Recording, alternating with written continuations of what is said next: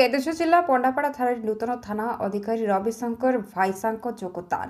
ସୂଚନା ଥାଉ କି ଘଟଗାଁ ହରିଚନ୍ଦନପୁର ସମେତ ପଣ୍ଡାପଡ଼ା ବାଂଶପାଳର ସମସ୍ତ ସାମ୍ବାଦିକ ନୂତନ ଥାନା ଅଧିକାରୀଙ୍କୁ ପୁଷ୍ପ ଗଛ ଦେଇ ସ୍ୱାଗତ ସମ୍ବର୍ଦ୍ଧନା ଜଣାଇଥିଲେ।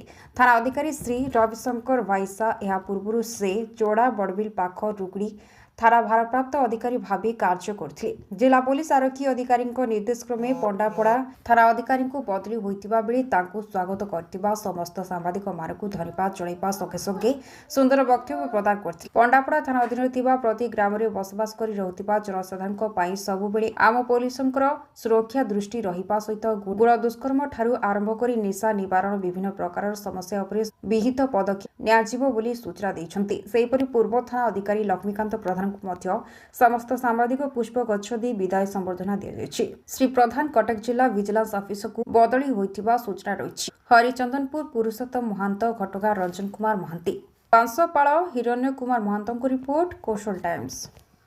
ପଣ୍ଡାପଡ଼ାରେ ଗତକାଲି ଏହା ପୂର୍ବରୁ ରୁଗୁଡ଼ି ଥାନା ଏଠିକି ଆସି ମୁଁ ଯାହା ଦେଖିଲି ଏଠି ପ୍ରାୟ ଗାଁ ଗହଳିର ଲୋକ ଗୁଡ଼ାକ ଅଛନ୍ତି ମଦ ଫଦ କାରବାର ଅଧିକ ଅଛନ୍ତି ଲୋକ ତାକୁ ମୁଁ ସୁଧାରିବା ପାଇଁ ଚେଷ୍ଟା କରିବି। ଶାନ୍ତି ଶୃଙ୍ଖଳା ରକ୍ଷା କରିବା ତାପରେ ମହିଳା ଓ ଶିଶୁମାନଙ୍କ ଉପରେ ଯେଉଁ ନିର୍ଯାତନା ହେଉଛି ସେଥିରେ ଅଧିକ ଫୋକସ୍ କରିବି। ନିଶା କାରବାର ଉପରେ ମାନେ ଫ୍ରିକ୍ୱେଣ୍ଟଲି ରେଡ୍ ହେବ। ଯେଉଁ ଜାଗାରେ ନିଶା କାରବାର ହେଉଛି ମାନେ ଆଇନ ନିଜେ କାର୍ଯ୍ୟାନୁଷ୍ଠାନ ଗ୍ରହଣ କରିବା। ଯେଉଁ ଡ୍ୟାନ୍ସ ଗୁଡ଼ାକ ତାକୁ ଗ୍ରହଣ କରିବା।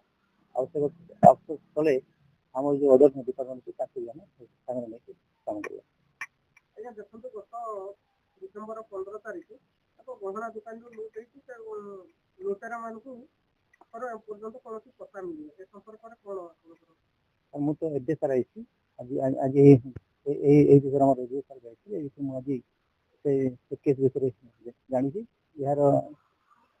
ଏହାର କିଛି ନା କିଛି ସମାଧାନ ବାହାରିବ ଏବଂ କେସ୍କୁ ଆମେ ଡିଟେକ୍ଟ କରିବା ପାଇଁ ଚେଷ୍ଟା କରିବା।